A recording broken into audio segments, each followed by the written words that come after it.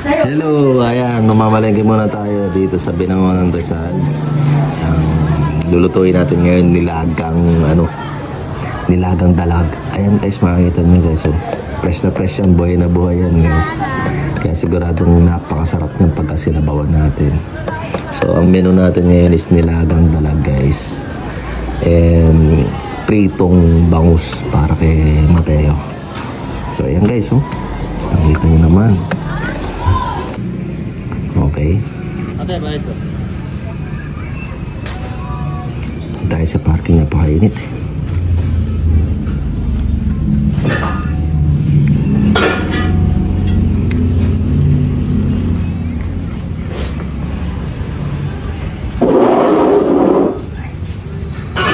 So yan, nakapagpainit tayo kaagad ng kawali guys, no? So yan. Luya agad. Itong menu na to, nilagang dalag, pero nagigisa ako ng luya sa kanang sibuyas. Kasi iba diretso na.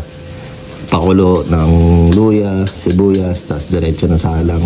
Ako hindi, gusto ko ganyan. Wala naman sila magagawa, yan ang menu ko eh. Diba? Hindi naman papalagyan dalag na yan eh. Kung ganyan ang gagawin ko. So, yan, ganyan ang technique na gagawin ko. Yan. So guys, bago mo hugasan mo mabuti yung dalag, tapos ginawa ko dyan, linamas ko sa asin para mas lalong mawala yung yung lansa.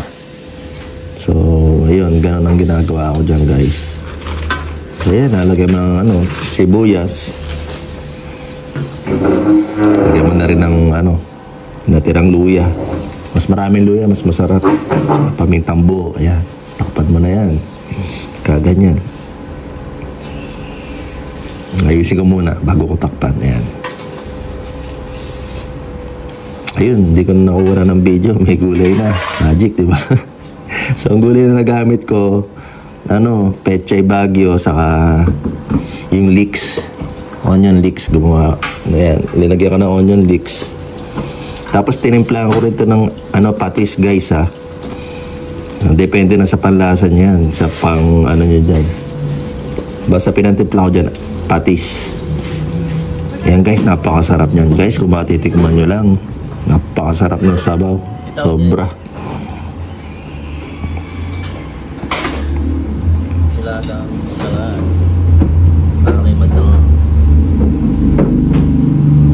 Dito pa ko sa Mateo. Napakasarap, tita. The best.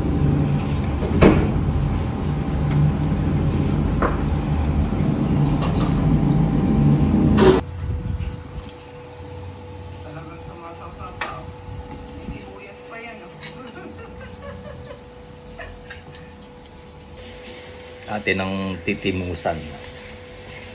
Titimusan. Patis. Kalamansi.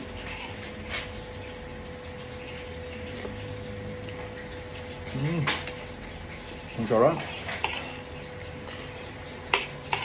Teo, tama na. What?